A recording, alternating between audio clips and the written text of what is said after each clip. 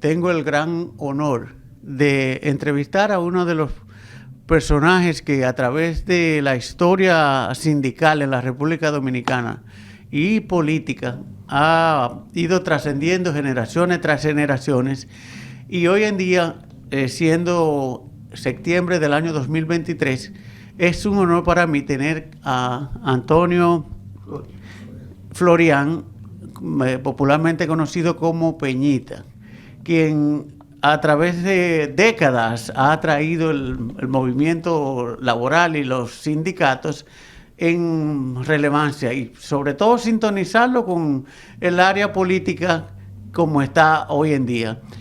¿Cuándo nace Antonio Florian, Peñita, y cómo se inserta dentro de esta lucha que a través de muchos años no se ven los resultados o de manera tangible que tú puedas decir, ok, tiene un buen trabajo, gana mucho dinero o tiene una posición política, cuando no se veía nada de eso?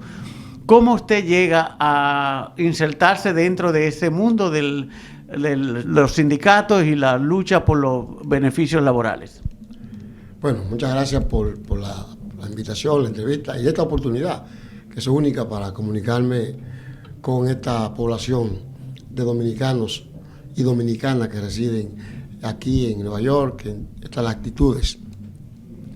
La verdad que desde 1956, fue el año en que yo nací, mi papá, que trabajaba en el Ingenio San Luis como obrero, tractorista, el Ingenio San Luis nos inculcó de pequeñito una visión. Él fue sindicalista. Él fue expulsado incluso del Ingenio San Luis por organizar y dirigir una huelga en época de Trujillo.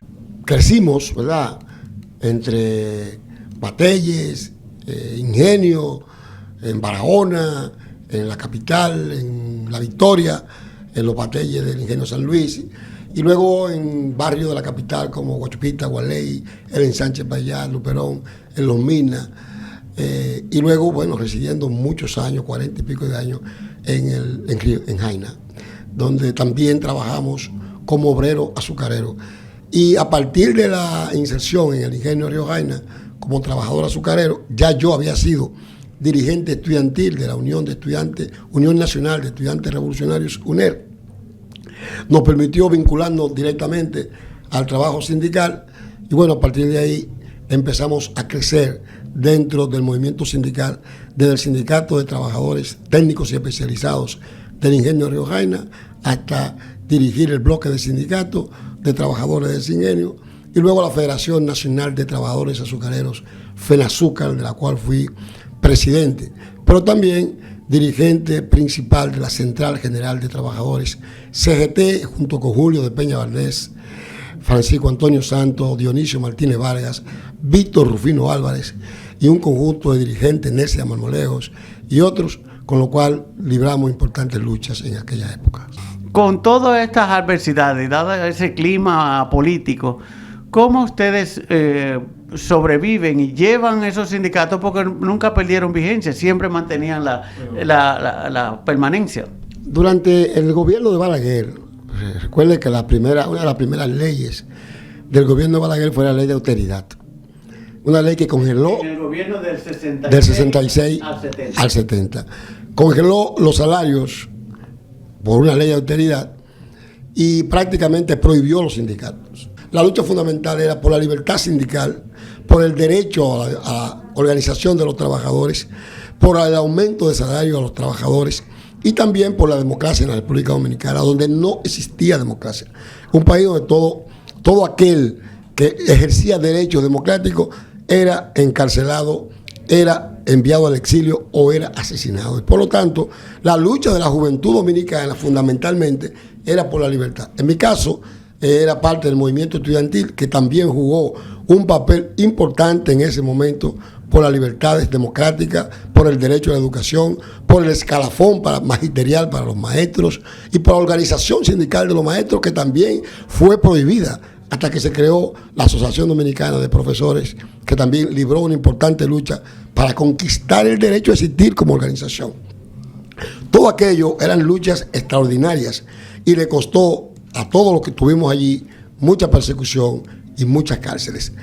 De manera que esa lucha cotidiana que nos llevó incluso también a caer preso, a ser perseguido en muchas oportunidades, fuimos madurando en el propio movimiento hasta alcanzar la condición de secretario general del Partido de los Trabajadores y posteriormente presidente de esa organización política. Fue justo el momento en que la historia nos brindó la oportunidad de juntarnos con el doctor Leonel Fernández, que necesitaba un partido y nosotros necesitábamos un líder.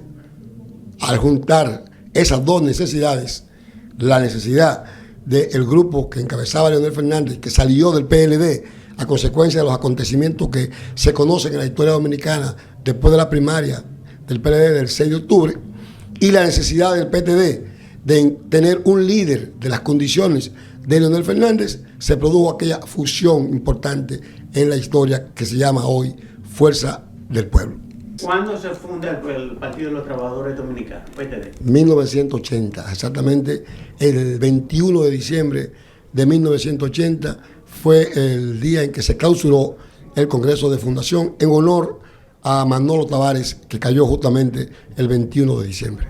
Lo que ustedes visualizaron décadas atrás, en eso cuando se forjó esa organización, es lo que hoy en día va a ir tomando vigencia.